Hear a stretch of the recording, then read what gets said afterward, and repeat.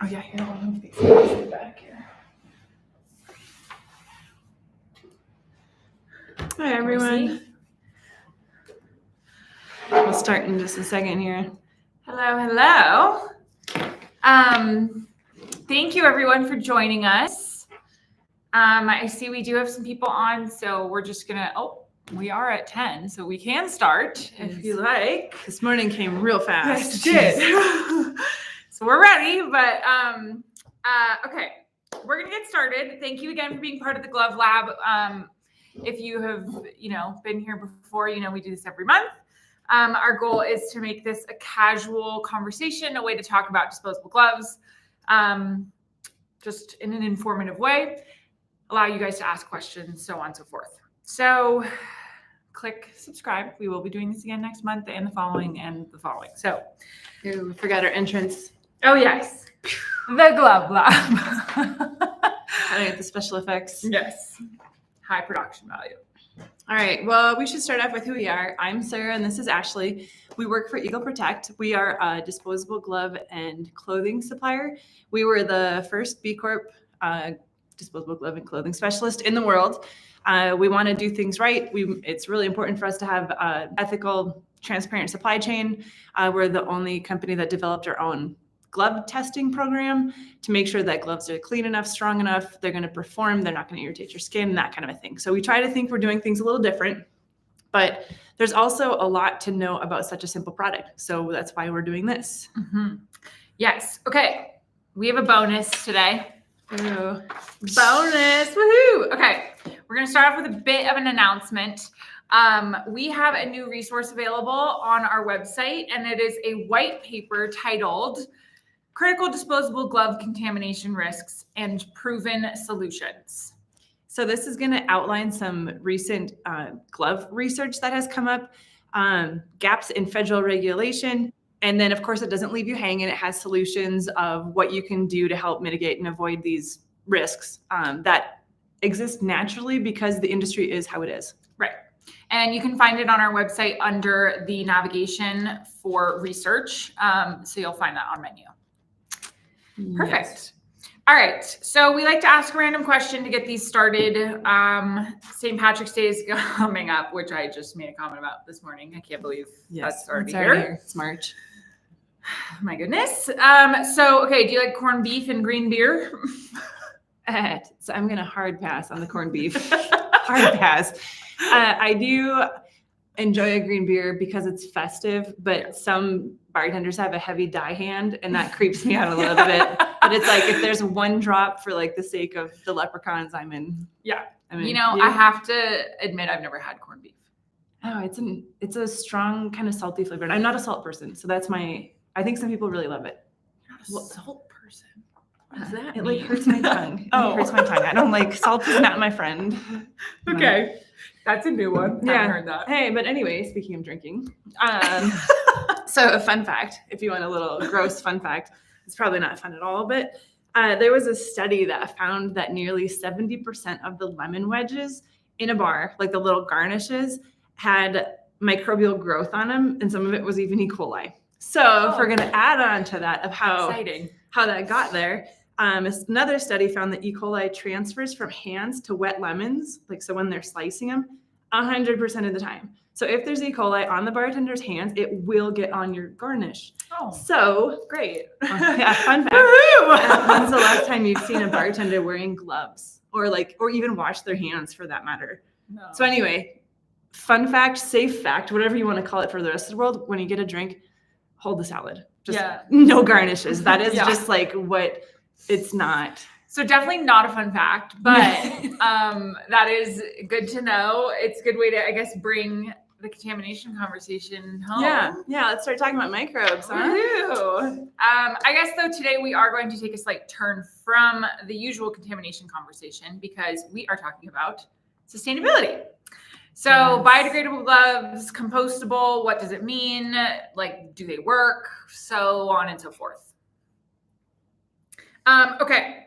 So one thing I do want to point out before we get started is that we know that sustainability refers to a multitude of topics. It's a wide range of things, including but not limited to environmental sustainability. So that can be like ethical sourcing, fair working conditions. But for the sake of time, we are going to be mainly focusing on the environmental side of things, just for today's discussion. So if you want to hear about the other things, yes, let us know, and we can always talk about that as well. So they are important, but it was just too much to kind of fit into a lot today. Yeah.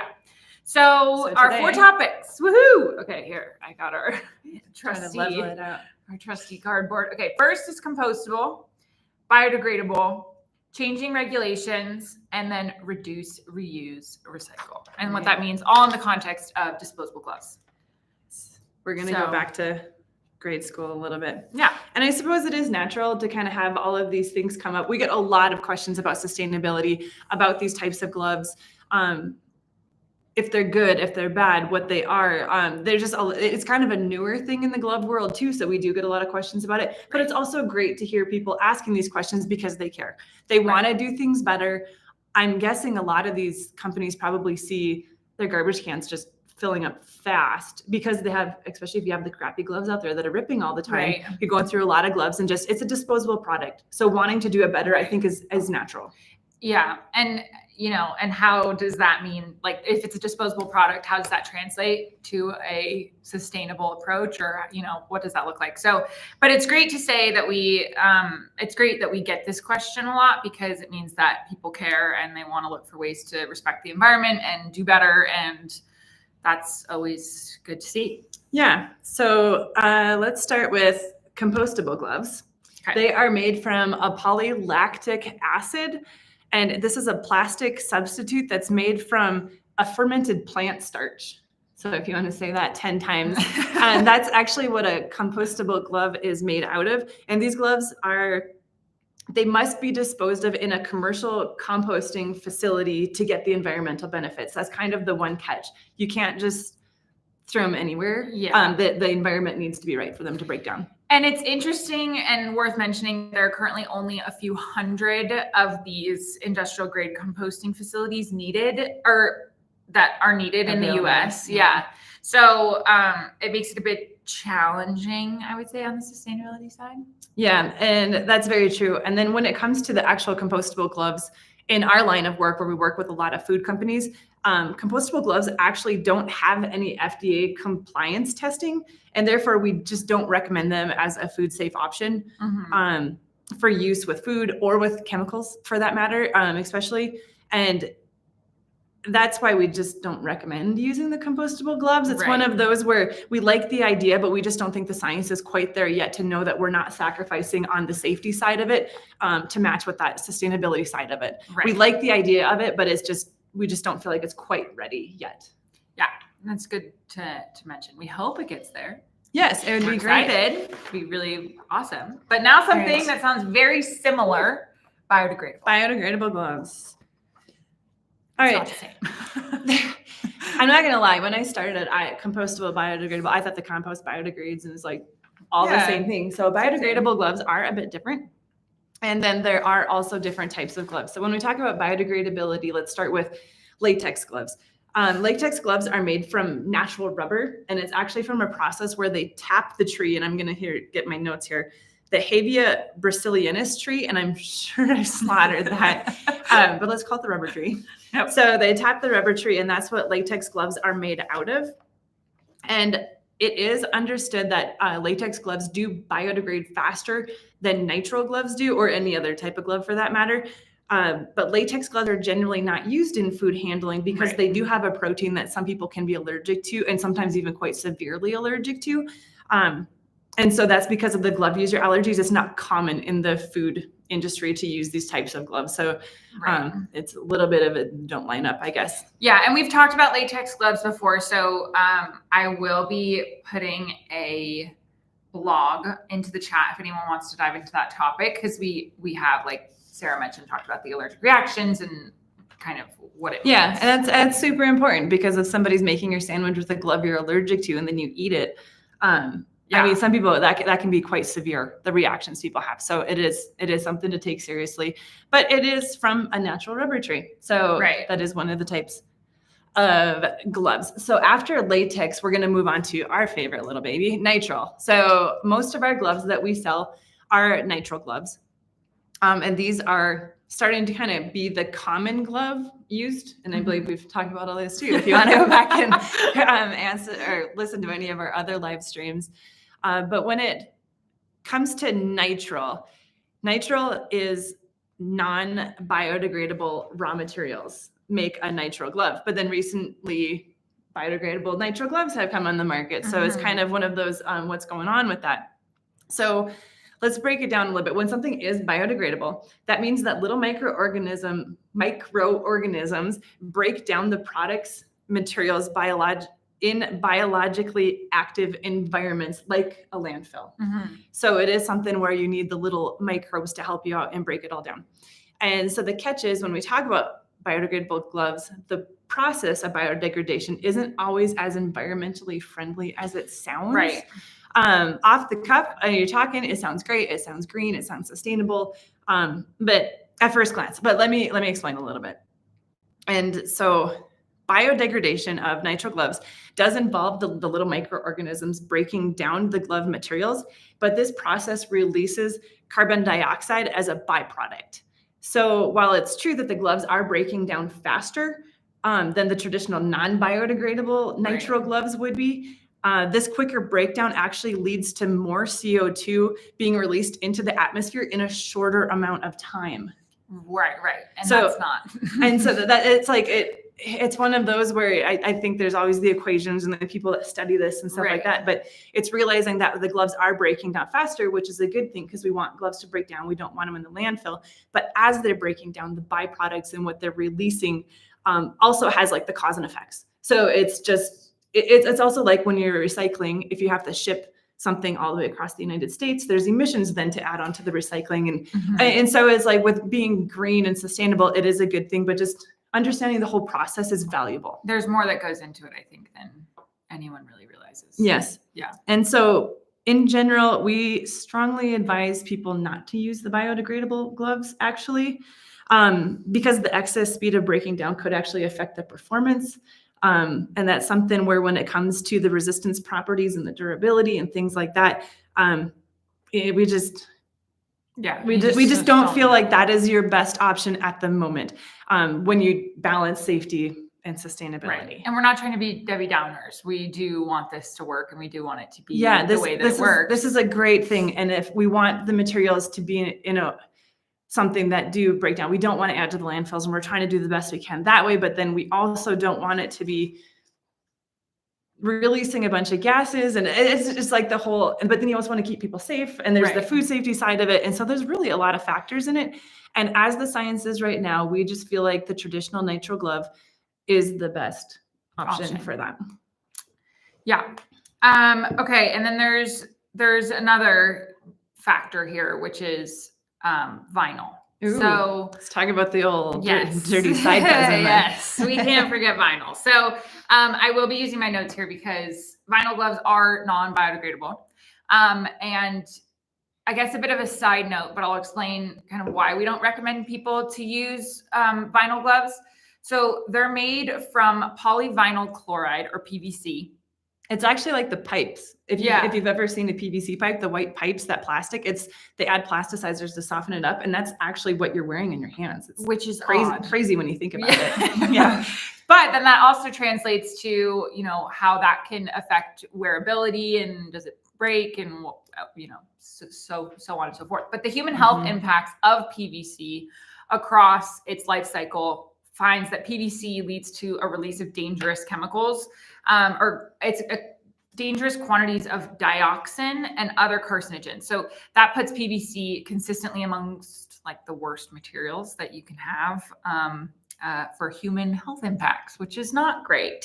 Don't want that touching your food. You don't want to necessarily be working in that all day. Yeah, and it is something where it's like we do feel for people that have vinyl glove as the option to wear at work and stuff. But if there's any way around it, we strongly recommend not using vinyl gloves from the health and safety side of the workers wearing the gloves, from the food being touched by the gloves. Right. Some other countries have even banned vinyl gloves from touching food because of the chemicals that can go back and forth. It's just like vinyl gloves have been around for a long time and they're cheap, but we just don't recommend going there. Yeah. Yeah. And, you know, we do have a blog that does dive into this. We have a couple actually talking about vinyl gloves, protection or poison, things like that. So I will be dropping that in the chat for you all. Yeah, we have seen a trend in people caring about chemicals and what's in their food, what's in their gloves, what's touching their skin, that kind of a thing. I think it's been in the news. Probably some of the political climate has really helped bring some of this into the conversation. But gloves are a big part of that too, because people are wearing them, absorbing these kinds of things. So there are pretty heavy blogs. They're very information intense, but I think there's a lot of good things in there that companies could use as justification and reasoning to switch to a better glove to protect their workers, their food, their customers, that kind of thing. All right, we are totally getting sidetracked. Yes. So let's get the train back on the rails here. I'm gonna get we're going to the next one. We're going to the changing regulations, that one. All right, so there's two specific standards. We're talking biodegradability again. There's two specific standards I'd like to mention, and both tests have been used to determine how quickly and completely biodegradable nitrile gloves break down in landfill environments. So the governing body called ASTM, fully admit I don't know what that stands for, so I'll call them ASTM. They're actually could be changing some of these regulations later this year. And so that's something we wanted to bring up. It's kind of one of those wait and see. We think we know where it's going, but we'll see when they vote. But the first one is ASTM D5526. This standard has been balloted actually to be withdrawn and not replaced with anything. So they actually want to take this standard off the books because there's no correlation between the test and the actual landfill biodegradability. So it's weird to me that got put into place in the first time if there's no correlation between the test and the biodegradability. But if there isn't, then we don't want these gloves to have the standard, and we feel good about their level of biodegradability when there is none. There's none. So this one has actually been put on the ballot to be completely withdrawn. And the second one is ASTM D5511. And this standard is being put on the ballot to be modified. And what they want to modify is basically removing the biodegradability claim, which is interesting because if you can't have a biodegradability claim, we're not going to have biodegradable gloves anymore. So it is a little interesting where I'll fully admit science is not my forte, but I'm glad they're looking at it, and it's great that they're reviewing, and so we get told information that is true and reflects the actual product that we're going to be getting and using. So that we think this is a really good thing to be happening. And I think it's safe to assume that they're probably working on better standards and tests and things that maybe perhaps more accurately gauge how nitrile gloves break down and the biodegradability of them and things like that. And we'll update you here if we hear anything, or on our website when the review process has been finalized. They've been voted to put on the ballot, and ASTM is meeting in November. So that would be the timeline for that.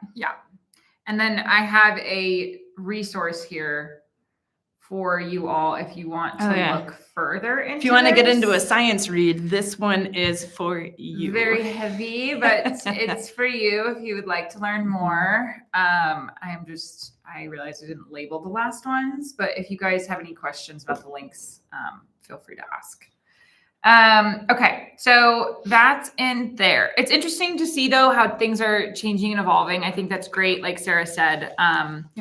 And we don't want it to be stagnant. We want it to be the best that there is. So And it's good. If people are reviewing things, and even if they change it, modify it, whatever it is, it'll be better. So it'll be good. Even if things get eliminated, it's not meaning it's that people don't care. It's that we're trying to be better. So that's great. All right. So last on our list, we have, that is hard to get straight when it's backwards. reduce, reuse, and recycle.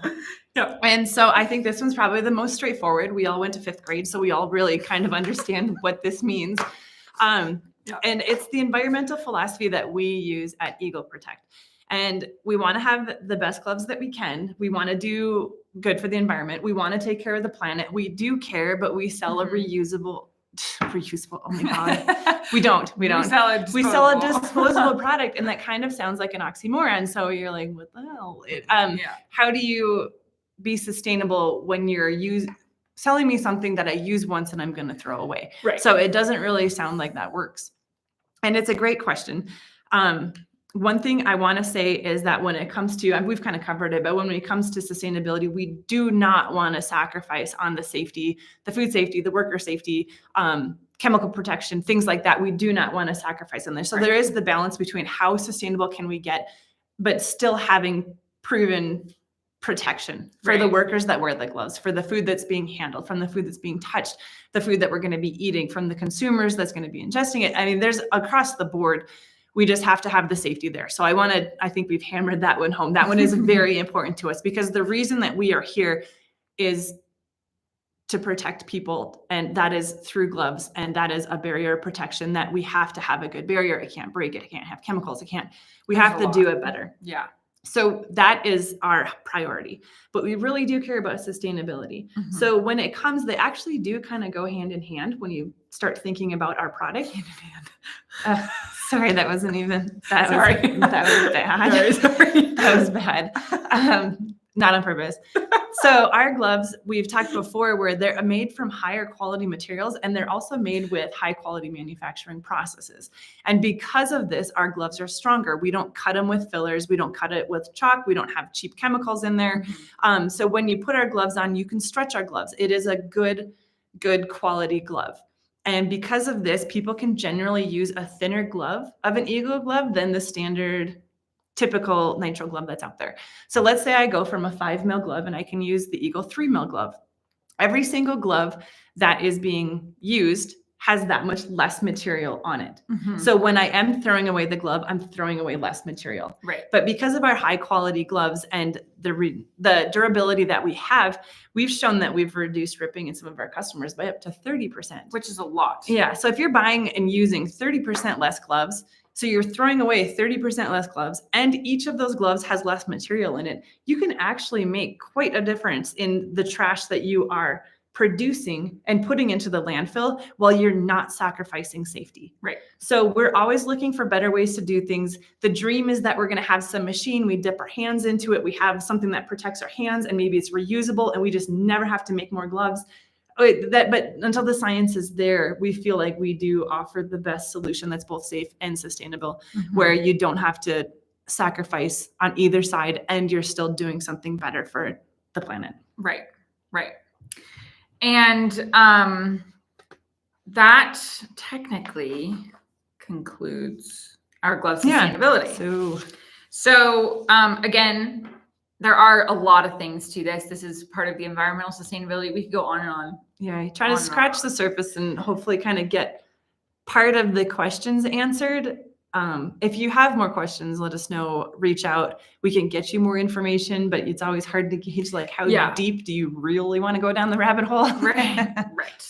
Yeah. So we, ask us questions anytime. We can go over this again. We can, dive into other topics, but we just want to know what you guys are interested in. So we like to wrap things up with questions.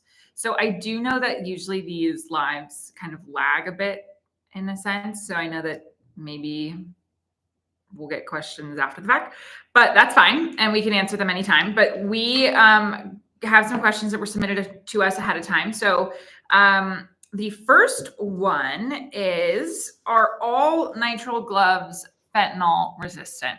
And this is obviously unrelated, but yeah, questions we're going to take the hard right turn here in the drug land. Yeah. So, no, to be clear and straightforward, all nitrile gloves do not have fentanyl protection. That is a hard no. For a glove to be considered to have fentanyl protection, it has to be tested to a chemotherapy drug threshold. And that is going back to that the group of scientists we talked about before. The ASTM D6978 is what you have to pass to be able to claim resistance to fentanyl, because fentanyl is used in chemotherapy. So if it has the chemotherapy rating, it does have the fentanyl protection. But ideally, we like to take that one step further, and we do have 4 gloves that have fentanyl resistance to it, and ours have been tested specifically for fentanyl. So the gloves that we have that are fentanyl resistant are not just grouped in with the gloves because they have a chemotherapy rating. We test them specifically for fentanyl. The test is the test is 4 hours. And after 4 hours, then our gloves didn't show any degradation or anything getting through. So we have ours lasted the 4 hours. So those are the ones that we say have the fentanyl protection, have been tested specifically for it, not generalized with other chemicals. Right. And kind of on that note, I don't know how many people have heard, but there is xylazine is also kind of the new hot drug that is coming out I don't know there. if you've heard of the drug. Yeah, right. I'm not sure how. We shouldn't raise it like that. I'm not sure if you've heard about what the streets are doing lately. But there is a drug called xylazine, which is kind of the new, I feel like this is where fentanyl was about maybe 2 years ago when fentanyl was first coming out. I think it's 50 times stronger than heroin. It was kind of like that, oh, crap glove or the drug. So it was a little bit scary, and people I want to be very careful with it, especially police or people that are in ambulances and they don't know what they're dealing with. They don't know what the substance is and things like that. So fentanyl was a hot topic, but xylazine is actually the new hot topic. Yeah. And on the street, it can be called tranq, mixed with a few different things. We have a blog about this one too, that kind of explains a little bit, but we do have 3 gloves that have been tested for xylazine as well.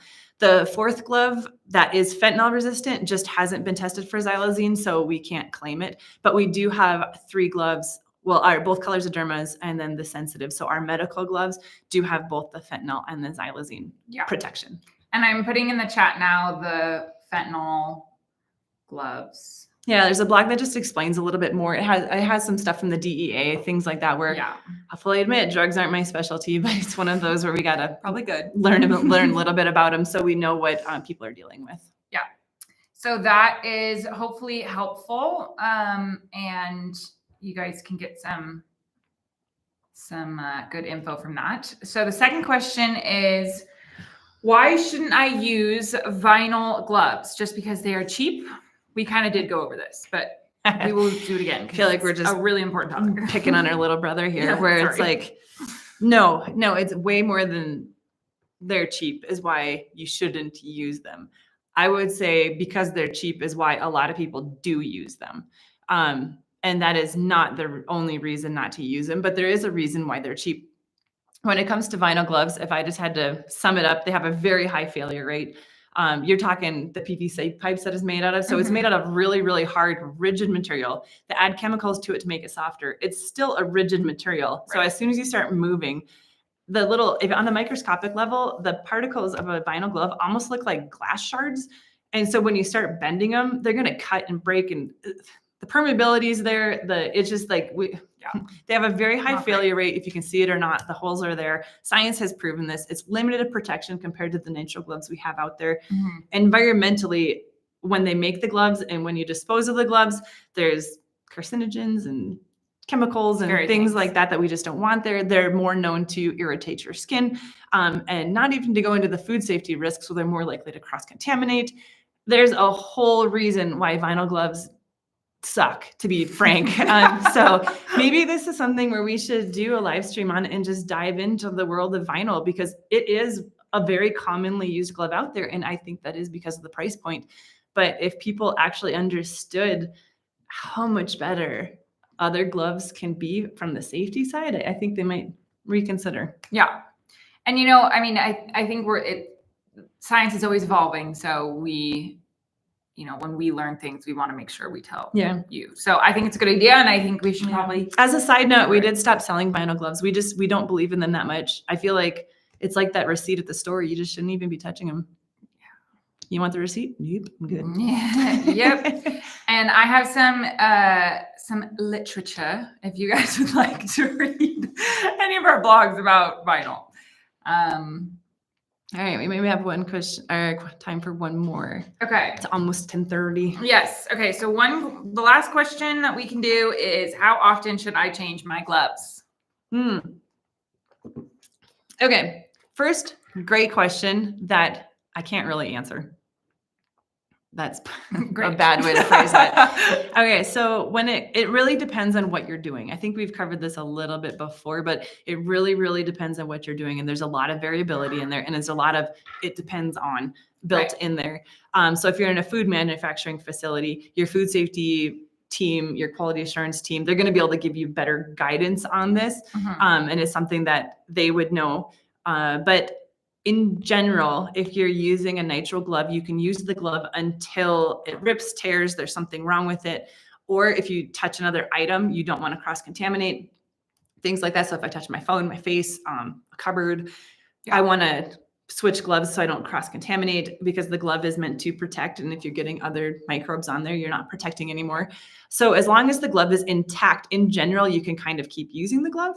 I would say that. But then at the same time, I would say I have a mechanic. If he has oily gloves and he touches a wrench, I don't care if he comes back and touches my car. He's not going to contaminate my car with his oily wrench. So that is where it just depends on what you're doing. And of course, you want to be more careful if you're in like a food or healthcare situation, because that's where cross-contamination can really be detrimental to somebody's health. And that's where there's safety concerns. But then the wearer also wants to be protected. So if somebody is, let's say, cleaning or using chemicals and things like that, you might want to change them more often just in case. And you don't want to wait for a hole, because then you're coming into contact with the chemicals. So there is kind of a balance of, there's a little bit of a best judgment for what you got to use. And then if you do have a quality or a food safety team, they would be very good at giving good directions on this. Yes. Yeah. So those are all the questions that we have time for. If anyone has any questions, again, you can ask them anytime on social media. You can email us. We are responsive. At least we hope we are, to the best ability that we have. Yeah, but if you're on social, ask questions, like or post, have a conversation. We just love to engage with you wherever it is. We understand that gloves are not top of mind all the time for you guys, like it is for us, that we think about them all day.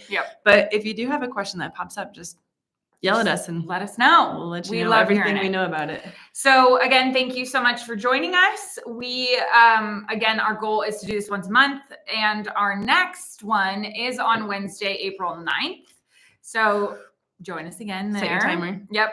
And we'll be walking through kind of our proprietary Delta Zero testing program and the glove safety gap. If you haven't, we did kind of mention this with our white paper in the beginning, and we'll be going over it then. So we're going to cover why we developed the program, and then what the program actually covers. So when you buy our Delta Zero verified line of gloves, you get this built in. It's already we do all of this for you, so you don't have to think about it. Yeah. So again, I know we talked about vinyl. We're probably going to cover that in future. But if you have any topics that you want us to cover, please let us know. And hit the subscribe button, because we like being friends with you, and also so you can get all the updates. So thank you for joining us, and we will see you next time. See ya. Bye, everyone. Bye.